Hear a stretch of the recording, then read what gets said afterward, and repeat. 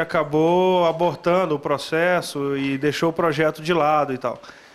Depois, recentemente, o mercado tem melhorado, começou a acontecer alguns eventos, né? Eu lembro muito bem de participar, eu e na época o filho do Mário, que é o Cristiano da Alcântara, a gente ia sempre, pegava aqui um ônibus aqui, parava no Rio, assistia um dia inteiro de palestra e voltava no mesmo dia, né? E a gente fez isso várias vezes.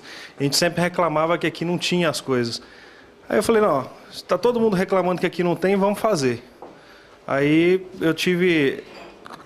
isso foi numa semana que aconteceu, a gente criou o site em uma semana, e em 2 semanas a gente conseguiu um monte de coisa, conseguiu um monte de apoio, o pessoal de todas, a maioria das empresas apoiando, e depois com isso tudo a gente conseguiu 2 empresas que ajudou demais a desenvolver isso aqui, né, que foi a B2 Web e a Y Digital, que além de estar todo o apoio, ajudou também até com a parte financeira, dividiu aí, junto com a Bolt, o custo dessa história, né? E por que a primeira palestra eu chamei o Mário? O Mário, eu trabalhei com os filhos dele, né? Trabalhei com o Cristiano, com o Fred, e depois fui aluno do Mário na faculdade, na pós-graduação de marketing. A gente, além de ter sido aluno dele, ele foi meu parceiro de pescaria. A gente já pescou bastante junto. E sempre gostei muito da forma como o Mário pensa, a maneira como ele expõe as ideias, faz a gente pensar. Isso eu vi muito na aula. Então, isso eu acho importante. Eu acho que falta no mercado que a gente está, no mercado de Belo Horizonte, falta uma pessoa não é uma pessoa, mas falta gente que faz coisa legal, que pensa coisa legal. Talvez não falte, talvez falte exposição. Essas pessoas existem, né? A gente vê isso.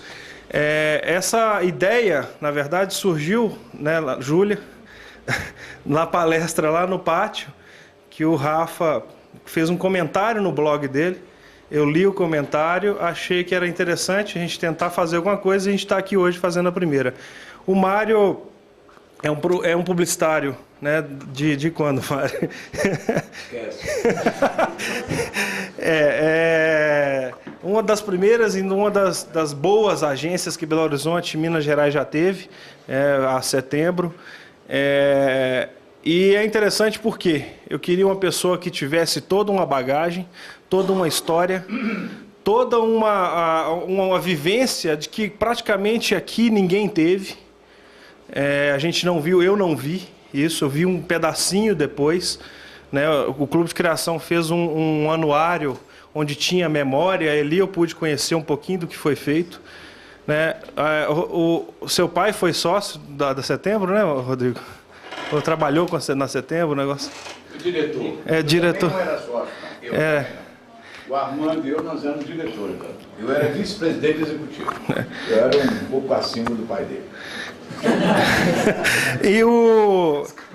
Então, eu não vivi isso. Então, o importante era trazer uma pessoa que viveu essa parte, essa etapa do mercado de Belo Horizonte, e que pensa tão à frente ou muito mais à frente do que às vezes a gente mesmo.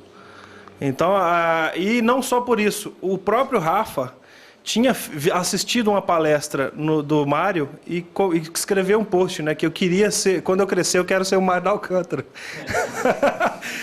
E aí eu respondi para ele, falei, a primeira palestra vai ser o Mário. Aí é por isso que o Mário está aqui hoje, né? É um prazer. Como é que você quer fazer? Falte. E eu quero começar falando com vocês que essa é a primeira vez na vida que eu faço uma palestra sobre um assunto que eu não entendo nada. Eu questionei muito e vou questionar muito. Eu acho que vocês não estão aqui, eu não estou aqui para ensinar nada para ninguém, eu acho que eu estou aqui para a gente conversar sobre todos os grilos, todas as coisas, todas as dúvidas que surgiram na minha cabeça. Eu tenho o privilégio de ser um velho atualizado. Eu tenho 66 anos, até mês que vem, mas eu estou aí holding, né? Mas o grande sentimento que eu tenho em relação a esse mundo digital, eu particularmente não gosto da expressão digital, e daqui a pouco eu vou explicar por quê, é aquela velha pergunta: se você não está perplexo com o que está acontecendo à sua volta, você não sabe o que está acontecendo à sua volta. O mundo ficou absolutamente maluco. Eu, durante esse papo que eu vou ter com vocês aqui, de questionamentos, em primeiro lugar, vocês podem interromper a qualquer momento, que eu acho que isso aqui, se for interativo, é melhor ainda, né? Nós vamos falar tanto sobre isso. Segundo, eu quero começar declarando assim meu princípio, né? Eu sou apaixonado com a internet, eu sou blogueiro, e eu acho que a Bíblia, que é o livro mais perfeito que existe na face da Terra, deveria ser ligeiramente modificado no Gênesis e botar lá assim: no princípio criou Deus os céus e a terra, depois a internet. Porque nada mais importante aconteceu em termos de reestruturação social. E eu vou até mais além, e aí uma pergunta, uma grande interrogação. Possivelmente hoje uma reestruturação antropológica do ser humano. O ser humano está... Nós não estamos percebendo. Nós estamos de tal maneira integrados a esse processo de digitalização das nossas vidas, de reestruturação da sociedade em rede, a sociedade informatizada, esse binômio de forças antagônicas em que nós fomos criados a vida inteira, fazendo a projeção física, mecânica da nossa realidade humana, né? Eu brinco com meus alunos, que eu escutava isso na aula, uma caneta é um dedo, né? O cara está lá desenhando um veado, no bom sentido da palavra.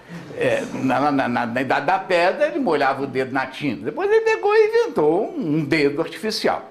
Então, enquanto o ser humano projetou a sua realidade mecânica, física, tudo bem.